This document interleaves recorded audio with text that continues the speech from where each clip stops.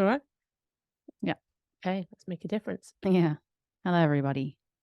Hello, Steph. What did you think when I texted you the idea for this episode this morning? Because it was one I came up with a couple of hours ago, and I texted you, and you said yes with several S's, which sounded enthusiastic. It was because my immediate visceral reaction to it was yes. Where sometimes they're not. Like sometimes I'm like, I don't know if I can talk about that today, but this one felt nice. I think about my inner adolescent more than my inner child, and I feel like there's so much work to do there that I'm always willing. I'm always up for talking about it. Well, interesting you mentioned that, because I sometimes think when we're talking about inner child, I guess we'll talk about what it is in a second, but I feel like there's lots of different inner childs potentially at different ages in us. Do you want to hear the Wikipedia definition for inner child? Yes, please. It's very helpful. So it says the inner child is often conceived as a semi-independent sub-personality subordinate to the waking conscious mind. Wow. That's not what I like how it says it's often conceived as. I was like, I don't think I've ever conceived it as that. And subordinate, I don't love the word, but when you say inner child, what's the first thing that comes up for you? What do you picture? I know you don't picture, but what age comes up? Yeah, so I think about inner child as almost versions of ourselves that kind of frozen in time. And it tends to be the experiences that we have that seem to leave a mark on us, because the brain tends to remember things that have a lot of emotion around it. So the memories that we have as kids that might feel unpleasant, hard, negative, for want of a better word, is going to be those emotions that have feelings of things like shame, distress, overwhelm. And then as little kids, we draw conclusions about what this experience means about us and our place in the world, because kids are little narcissists. That's what we are when we come into the world. It's all about us. So things might happen to us, and a young mind will make it mean something about us, and we believe it, and it gets, to use, I think this is your kind of language, but I feel like it gets coded into our nervous systems, so that rationality, adult rationalization, isn't enough to get rid of these emotions, these belief structures. Yeah, that's what comes to mind first. Oh, but I was asking personally. Oh, I was trying to get the concept. I thought you were avoiding. No. I think it was well. I think that's good that you did that. And now I will ask, what comes up when you personally think about inner child? Yeah, I was thinking about this earlier, and I was thinking, what are the conclusions that I came to about myself based on my upbringing? And I remember this one. This is a young one for me, and it's that feeling of being too much. I think we've spoken about it. It might have come up in the podcast in some form or another. So some people will talk about never feeling like enough. And I can find that feeling. That feeling is there, but it's not the predominant one for me. The predominant one is normally that I'm too much. So that is that I want too much, or I need too much, or almost like there's just too much of me from an energy perspective. And my biggest existential fear, or one of my biggest existential fears, I should say, is of being needy. And I doubt you'll find a person in my life that would use that word to describe me, because I have overcorrected very successfully, I think. If I do say so myself. And I know in my rational mind, I know it's okay to have needs. And I think it's important to be able to rely on people and turn to people for help and support. I know that. The adult Sarah knows that. The child me still doesn't. Yes. That's the crux of the conversation. And the issue, I think, for most of us. And I would explain that. And I think about it to myself like that cognitive track versus the nervous system track, where one got coded in the nervous system and you can override with cognition, but the twain don't necessarily meet. Can they though? That's what inner child work is, right? So how do we, what's the point of addressing the inner child if there's a coding? Do you undo the coding? Is it more just for the awareness of it? Well, I think of inner child work as, what is the thing that you needed back then? So what would I have needed back then to have been reassured that I'm not too much? And that would have been I guess, some kind of reassurance from those around me. It probably would have been Yeah. some modeling as well and all of that. And now I feel like the bad news is that I'm the only adult in the room, which means I now have to do for me. This is how I Yeah. see inner child work, is that we Yeah. now do for our inner child what we needed those people to have done back then. To what end? That is a very good question. To what end? Do you have an answer to that question? Well, for me, it is because I find so much value in explanation. So the feelings that and the stories that I created around myself as a child, for me to be able to sit down with myself now, so to speak, and say, this is why you felt that way. This is what was going on. This is what nobody explained to you at the time,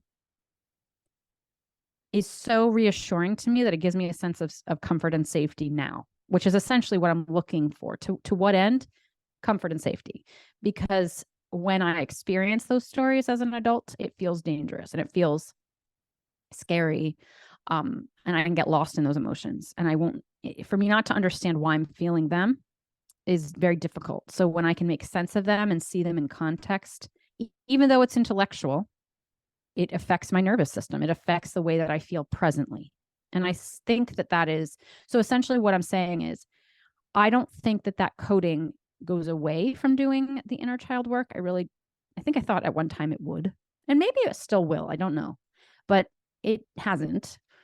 It still rises, but then I'm left in my present moment like it's happening now. And that's where that inner child work can come in and help me now to sort of help those feelings through. So it's the same with body image. And yeah, I'm sure it is. It's intersected where it's like the trigger arrives, but now there's something you can do with it. Whereas before, knowledge of that or awareness of this, I didn't know what to do with all of this. It would just, the emotions would rise and they would drown me. Or I would just, it's just a terrible feeling not to understand them. So that understanding for me is a very big part of how I work personally. I find a lot of comfort in understanding because that invites compassion, whereas I wouldn't have had that before as a child because I was making up stories about myself. And now I'm like, oh no, this is what was going on. And I find I do that with clients too. When we have these moments of, oh, like we can see sort of how that story developed. And to me, I'm like, that's all we need. That's great. Like, because now we know how. And that's just because that's my value of understanding how and why. And okay, I get it. I can wrap my head around that. That to me is so comforting. The key word in what you said there was safety, because that always is. It always comes back to that, right? It's the difference between me going, I can't rely on other people because it's not safe to rely on other people, versus a healthy level of self-reliability. Yeah. So I think particularly for people who felt like they needed too much or they felt ashamed for their feelings or their needs, it's about realizing that it's safe to have needs, to have feelings. And I think, like you, I don't think it's about getting rid of the inner child. That's not been my experience anyway. It's almost these things are there, and I don't know that you ever fully dig them out or even that you're supposed to. But it's them coming back to safety. And I couldn't put words in it until I heard you talking about it then. I was like, oh yeah, and it's coming together in my mind. I'm like, that's what it is, I think. Yeah. When you talk, and you don't have to share the specific stories, but is this a general sense for you of the inner child being too needy, or is it a story or a moment? It's not the distinctive moment. It's more of I can find little tiny pockets of things to pull together and go like, oh yeah, I could when I look for them, but it's not as it's not like that moment of shame. Like I can remember once, I don't know if I might cut this out. I'll say it now to you. I can remember once mucking about, sort of like roughhousing with my dad. And I don't know how old I would have been, maybe 4, that kind of age, and then pretending to be a baby when I was 4. And just kind of like cuddling into his chest and pretending to breastfeed on him. He both fully clothed, like nothing strange, but pretending. And I remember him like pushing me off, like, what are you doing, kind of moment. And I can hold that as like a moment of shame in my body where I had no idea what I'd done, but I know I'd done something wrong. Yeah. And so that, and I can feel it in my face when I say it, because I don't think I've ever said this out loud, because it's still like part of me is like feeling ashamed, like this 4-year-old me did that. But I mean, I was 4. It was, you know? So funny. Yes. And as you're talking about that, so it's so interesting to be a parent when you're still an inner child or when you have inner children. Because when you were telling that story, so my 9-year-old, who's my middle, will do things like she has this tendency to go back to babyhood. And she's always been that way. And my 6-year-old will do that now and then too, but she's just turned 6. But my 9-year-old will still do it. In fact, yesterday we went to the movies, and she turned to me at one point and started speaking to me. She asked me a question or answered a question in a way that had this baby-ish vibe. And I noticed it, and it bothered me, because this very same thing has happened to me. So I've got something in me that was like, it was a little bit different, but it was this feeling of I'm too young, or I have, for me, it's a different story. And I was a little bit older. And there was shame involved about being too childish. But when my daughter did this to me yesterday, that came up for me, and I wanted her to stop. And I was very close to saying to her, why are you talking like that? And I didn't, because I've looked at this myself, and I know that shame and where I inherited it, and I caught it before it came out of my mouth to say, like, because I was like, I will then shame her. She will feel shame for that. Even though I'm not saying don't act like a baby. There's something in the way I wanted to be like, why are you doing that? That would have communicated shame. And I'm sure that I do stuff like that, and I've done stuff like that before, where my shame, that this is how we pass it. So I didn't, but I felt it. I felt the same way. However, in talking about it right now, because I didn't really register this all yesterday, I'm finding a lot of value in saying the reason I didn't like her doing that was because somebody didn't like me doing that, because potentially they had someone tell them and that was never really about me, maybe partly, but not entirely. That's why I reacted that way. And that makes a lot of sense to me. So now I feel much more peace with it. It's kind of like, okay, yeah. And there's nothing actually that was wrong there. Whereas in that moment where I was not liking that voice coming out from my daughter, it felt wrong. And now I'm understanding it wasn't wrong. It was triggering something in me. So I think that's invaluable. I love that. To me, I'm like, okay, good. That makes me feel better, rather than like there's something that was actually wrong. Yeah. Yeah. And this, I'm sure this comes up with your clients as it does with mine, often looking at, where did you first believe your body was wrong in some way? Where did that message first come? And I'm sure you heard loads of stories, often a comment that a parent said, or a family member, a peer, in that moment of realizing it's like a loss of innocence in that moment, not realizing that there was anything quote unquote wrong with you or your body. And then somebody says something or points something out. And for me, that moment of shame is like this cold realization of, it's where self-consciousness arises. Like shame breeds self-consciousness. Look at kids, to a certain age, they're just not self-conscious, and they don't care how they walk around or what their body looks like. And then the self-consciousness gets instilled. And that, I think, often through, I don't know, is it always through shame, or is it, sometimes it could, I guess, be through modeling. You become conscious because you compare your behavior to someone else. Then there would still be shame. That's the difference between self-consciousness and self-awareness. I think in the absence of shame, it's just self-awareness. But self-consciousness would come when there was a shame story attached. I will hear from a lot of moms that they feel guilty about the thoughts they're having about their child's body and the judgments that they're forming about their child's body. And inevitably, there's a story about their mothers or grandmothers or potentially fathers that was reflected back to them. And there was that moment where they went from, it's what Sonia Renee Taylor calls splitting, not having awareness of that to having awareness of that and realizing that's bad and wrong, and then having self-consciousness.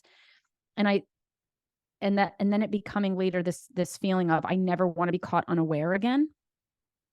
And so there is that defensiveness as a parent to then make your child aware, or an instinct to do that.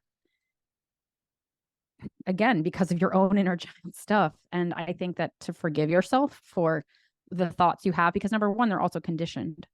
But number two, it might have been your experience where somebody suddenly made you aware of something. And now you're almost feeling like, I need my child to become aware of it because it feels safer. It feels like then you won't be caught unaware.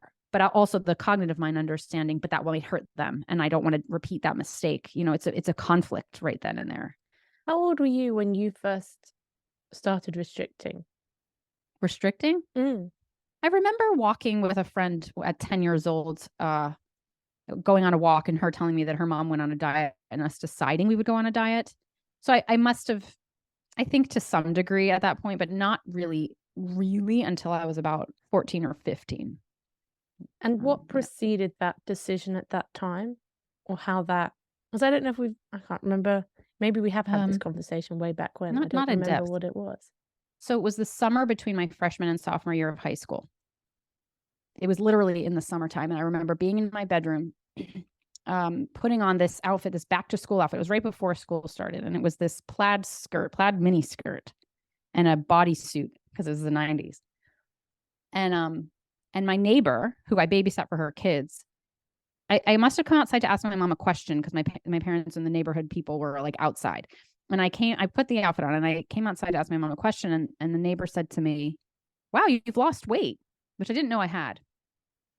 I don't think I recognized it. And I remember feeling really good about that. And then I went upstairs, went back to my mirror. It was a full length mirror next to my desk. And I looked and I was like, I have. And I could tell that it was also like my body was changing. So I realized that I looked less like a kid and more like a teenager, which I wanted to look like. And I realized the value of it and the power of it. And I was also starting to play field hockey. So I remember thinking, well, there must be something to this like exercise that has to do with this. And so that's when I started running twice a day. And then I started eating less.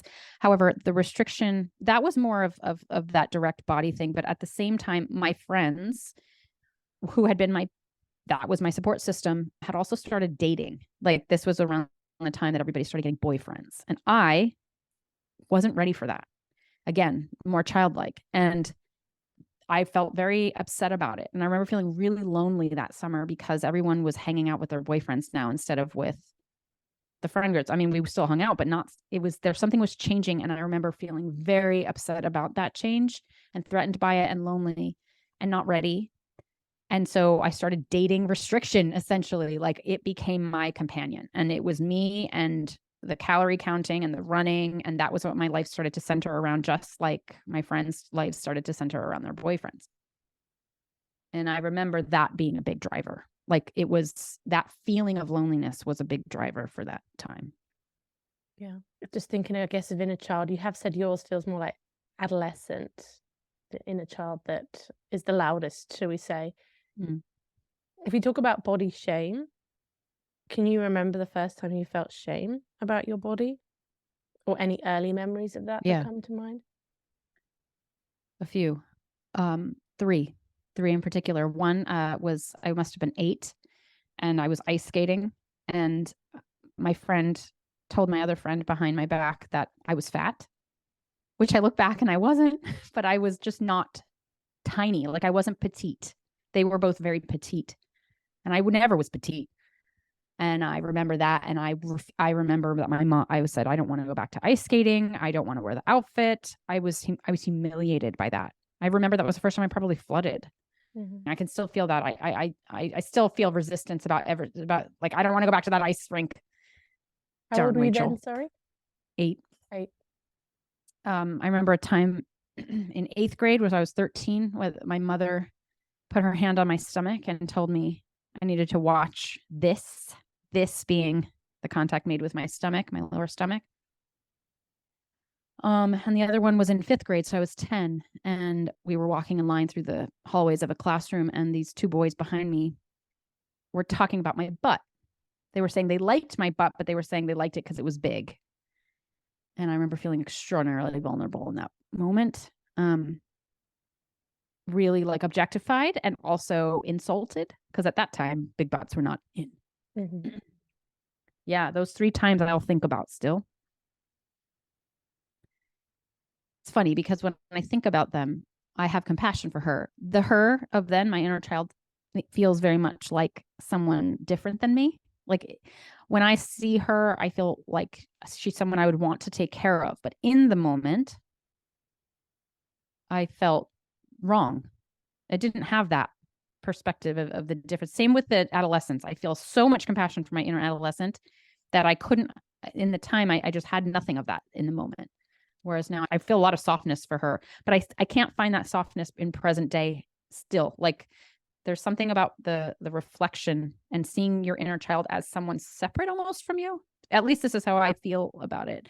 I feel like it's easier for me to offer her compassion and comfort and care because she doesn't feel like me.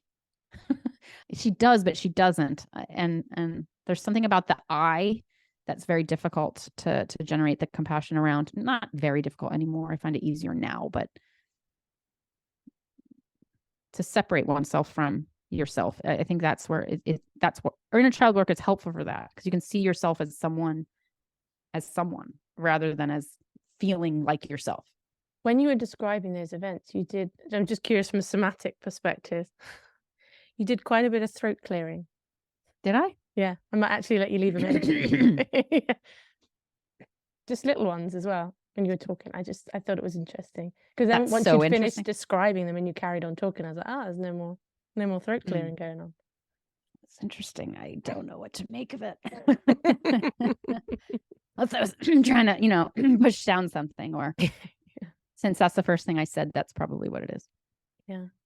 Or maybe it was that I had something to say and I didn't. Maybe I needed to. What, back then or now? Back then. I wish I had. I wish that I had turned around to the boys in the class and said, like, stop talking about me, because I didn't. At the time, I felt like I deserved it, right? Like I felt like it was very much within their right to be discussing me that way. I had no, especially back then, we didn't have that sort of like, don't objectify me narrative. I wish I'd said that. I wish that I had told Rachel and Megan, you're rude. And I wish that I had told my mother how that made me feel. Because in all three of these instances, I just accepted it. It was like, you're telling me something about myself that I should have known. That's, I think, what the story is. I should have known. And there was no sense of empowerment. There was no sense of boundaries. It was like, there was no sense of don't. It was purely, I accept your rejection of me and I will inherit it. And I did. And I think that now, maybe as I talk about these things, there is this understanding of all the work I had to do since then has been about me saying something different and saying, no, I don't accept that. I had no idea. I had no concept of that before. And I think that that's a difference generationally. Whereas because I feel like now we're very much teaching kids, if there's something that makes you uncomfortable, you can speak up for yourself. And not even speaking up for yourself on the external side, but in the internal side. Like it's important to name what we're feeling. And we're doing this with kids now. It's important to name what we're feeling so that we don't have to be afraid of this feeling. And I think that that's it's an asset. I'm not an asset. It's I think current generations are lucky for that. Whereas I definitely didn't have that insight at the time. Yeah. I'm thinking like over my experiences of, I guess, earliest experiences of feeling shame about my body. Maybe I'm very fortunate here. I can't remember body shaming experiences before adolescence. But we're in a small body. Yeah. No, I know. Yeah. Yeah. But even the ones afterwards, like in adolescence, were not about being in a bigger body because I was still in a small body. There's one that came to me where my friends were growing breasts and I was still pretty far behind in that department. Yeah. And so I would wear a padded bra, and I can remember one of my friends taking the piss out of me in front of people about wearing a padded bra. And I remember the humiliation and the shame of that. And then I can remember when I was 11, I remember a boy saying to me that, oh, you've got a mustache. Why have you got a mustache? And I can remember that one, like I can really feel like, that whole like veins going cold feeling. And I remember going home and speaking to my mum and her being like, "Oh yeah, I spoke to my electrolysis lady about it and she'd come up with some solutions, but she hadn't wanted to mention it." So then it was this whole feeling of like, again, like that loss of like everybody's been seeing Yeah. this thing that Yeah. I haven't seen. And I remember that there was some comfort in having a solution, but I remember like the sort of double mortification of my mother had noticed, had talked about it to someone else, Yes. and was ready with the solution when I said it. Yes. That's a big story. That feeling of I didn't know, but everybody else did. Why is that so shameful for us? Well, it's because it's not like we noticed that you're awesome. We've been talking about it. Yeah. It's like we noticed something wrong with you. And we've been investigating solutions, even if it wasn't said explicitly. So it's still, I think it sets us up for a lifetime of feeling like I want to avoid that feeling, because in that moment you feel shame, you feel your veins go cold. Yeah. And that's a terrible feeling. And I think we go to great lengths to avoid it now. And that is where I think those imprints, those codes, I see that so much. I feel that so much as an adult. I think it's one of the biggest ones. I think it's why people like to explain that they have gained weight before, or want to wear the t-shirt that says, I know I've gained weight. It's like that, to avoid the feeling of somebody else might be noticing something and think I don't know. Mm-hmm. I think there's another piece to it as well about maybe not trusting your own experience. Like if you thought everything was fine, someone has pointed out something that's supposedly wrong with you, and you thought everything was fine. Well, now you can't be trusted. Other people know better. It kind of feeds into this seek out other people's opinions to find out who you are and if you're okay. I think it really cements that narrative, because it's a shame will really drive that right in at the cellular level. Yes. And this is where I think inner child work is important, because it's kind of like, no. Can we take that to an empowerment place? So here you are, and I hope you don't mind me using you as a subject. I'm happy to use myself too, but with a boy telling you have hair on your face, which is actually nothing, like that's a human body, right? Like there's actually nothing inherently, that doesn't make you bad or wrong. There's nothing you did. It's the way that our culture has decided what's acceptable and what isn't. And I think it's so helpful to go back and to say like, oh, you inherited some kind of belief about yourself in that moment that you were wrong. And you weren't actually. It was a culture that decided that, but you actually didn't do anything wrong. And I think that that's the part to deconstruct and to empower yourself on. Because I think in that moment, we're really believing something's wrong with me. And that gets carried and carried and carried.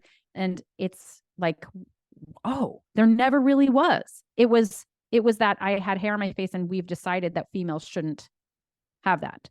Or, on your arms or on your back. My 5-year-old has she's 6 now.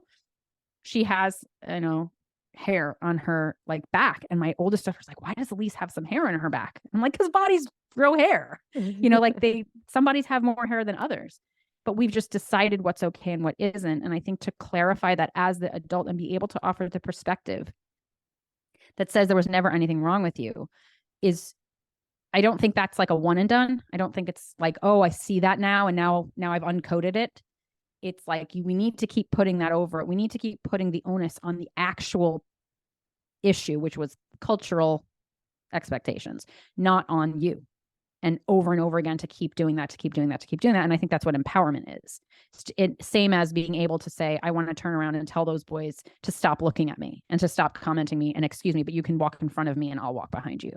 Like that is that to start to code over with that sense, that feeling in the body is I think the antidote. And I think that's to what end, I think that's what inner child work is for, is to start to override or at least add another neural pathway to experience in the presence of a trigger like that.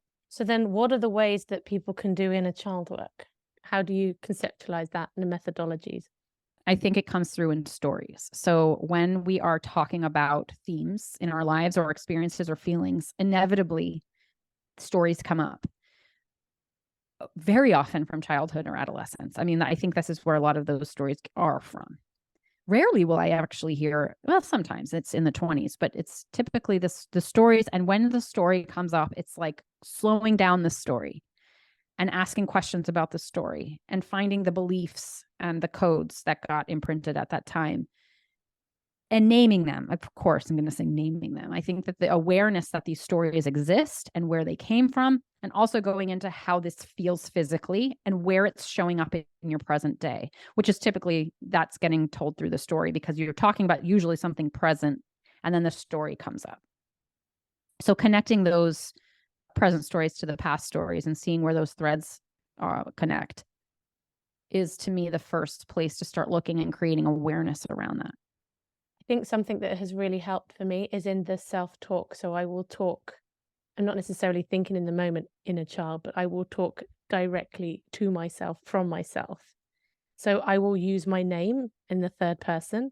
This is normally if I'm feeling upset or sad or like overwhelmed, when there's something big going on for me, or I'm feeling very activated about something.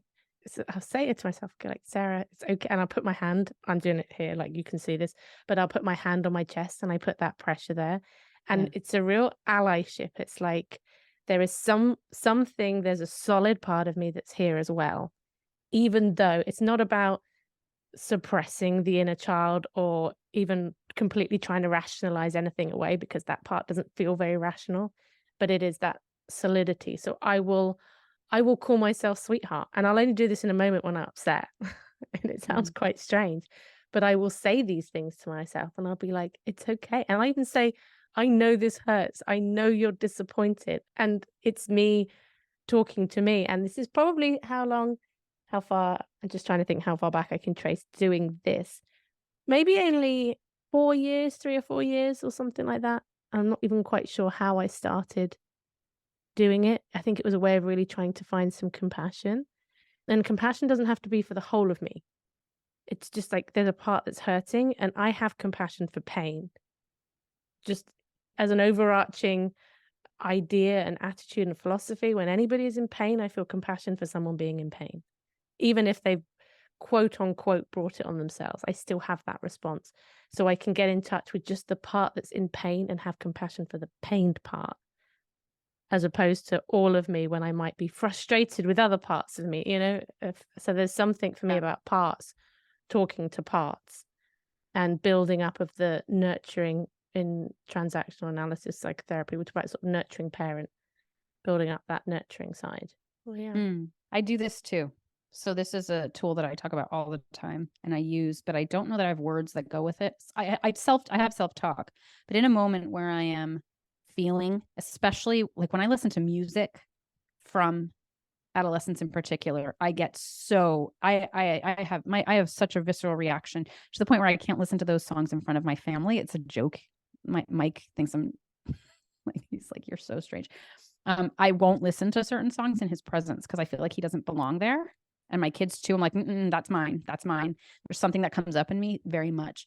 And when I'm in that place and I feel the pain from then, I do this, and I do this all the time. And it is that somatic.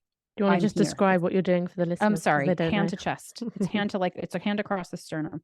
And it's not performative. It's not like, oh, there. It's literally like you feel the solid presence of yourself and that allyship in a very concrete way. It's also safe. It feels like it's protective. And I do that, and I don't know that I've got words there. It's just simply a sense of acknowledgement. Like, I'm here now. I see you. Like, that's it. I can't say sweetheart to myself for sure. If self-talk is going to come in, it's going to be the fierce kind. It's going to be that like, no. It's more that empowered voice of no, don't worry. I got this. No one's going to hurt you anymore. Or you don't have to put up with that kind of stuff. It's very matter of fact and very protective. I think that's more of what I need and what I relate to. But that hand here is so powerful. I use it daily. And not because I'm in pain daily, but I will just bring my hand here whenever I'm having a moment of even slight anxiety, or what's another word for anxiety? Activation in some way. I think this is a very powerful way of doing inner child work without it being about writing journal prompts and, some kind of formal methodology. It says so much non-verbally. The body receives that. Well, the first way we're soothed is non-verbally, right? Right. Before we've got Touch. language, all soothing is done through touch. Yeah. And some voice, I guess. We're hearing as well, even if we're not understanding the actual words. So yeah, that's another one that I do only more recently. Like, I would hold my face. It's trying to be gentle and tender with myself. I just wanted to share with you because I was just thinking about, we did the sensitivity episode. Yes. And talking about you could be moved by like art or music, and I'd just be like, oh, that's looks nice or sounds nice or something like that. And on Saturday, I know I sent you a picture at the time, but I went to a candlelit string quartet and they were playing Adele songs.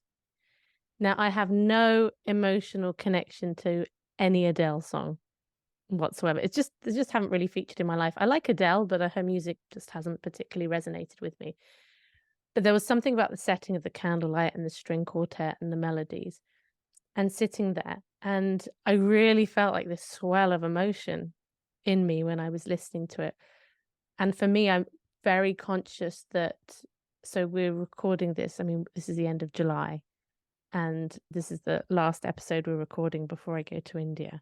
And there's so much, as Stef well knows, that's been going on with me in the lead up to going. I realized on Saturday, very much in this state of almost like constant distraction for the last month. I've had to have something on all the time or listening to something. And because I haven't been able to do my yoga because my back is so problematic at the moment, that's normally the time when I would slow down, not distracted. And I wasn't having that time. So this was a running state of sort of agitation. So sitting down and listening to this music was this first time of being more with myself. And so I could just all these feelings, Stef, so many feelings. I was like, it's just too many feelings. So I had too much. Yeah, I had a good cry then. And then I came home and I sat on the yoga mat and had a good cry. And then the next day, actually, it was kind of a conscious choice to go and step on the yoga mat again the following evening to have a good cry. Because I could just feel like there was more there. There was this build-up that needed to come out. And it was really helpful to do that. But I remember just allowing myself to, because it was a very conscious thing. So there was no shame attached to these feelings, but really allowing myself the full disappointment of things not going the way I wanted them to go, which kind of goes against my life philosophy, which is very much wanting to uphold accept the things that you cannot change and all of that kind of thing. There was something, I think, in my emotions that I don't want to say that it's necessarily inner child or childlike, because I also think that can be very here and now adult. But it did make me think of, as a child, when there's so much more in your world that's out of your control, from your schedule to what you eat to when, like, all these different things.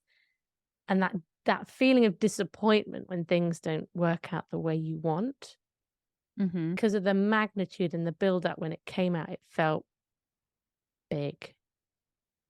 And I felt very young and helpless. I don't know that scared of it was the right word. I was resistant to it.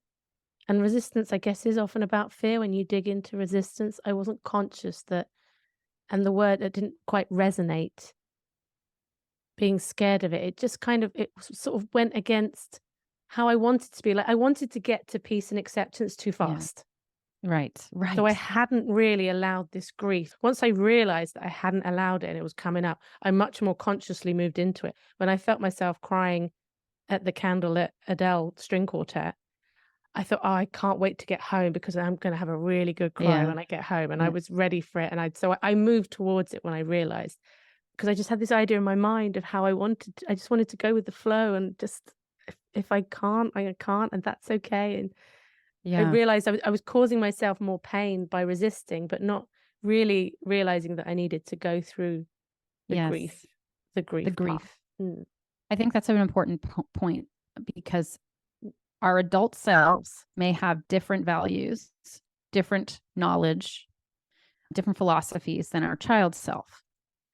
So it can feel almost like, if we indulge the child self or the inner child, that we are somehow, like, it's a choice we're making between one or the other. And, you're saying, my value is to, to accept the things I cannot change. And sort of this experience might feel like a betrayal of that, or like you'll lose sight of that, especially if there's something in you that feels too much. Then what if it overtakes you and pulls you under and you never get back to this place of level-headed, what your values are now? And I think that, to your point, it isn't about choosing one or the other or saying, no, the inner child is right and you are wrong. It's saying both are true. Mhm. And we tend to want to side with our adult selves because we think we should. We think that's the most mature thing to do. And perhaps it is, but you can't do it until the inner child is felt. And I think that in most, I don't know, most, and definitely in many things in life, heavier experiences, there's this dichotomy of one and the other. There is, and I am a big fan of like throwing yourself a temper tantrum. Because anger, as we've discussed, is a big emotion for me, and I'm not afraid of it. And I think there are times where I'm so childlike about it in a reaction. And of course, my adult self can make sense of it, can see the other person's side. I've got a lot of, yeah, sure. But I have to have a little temper tantrum first. And I think it's part of the journey, part of it. It's like, yes, I have this feeling and it's in my nervous system, and that needs to move for me to be able to not feel resistance about this other side of me that I can accept.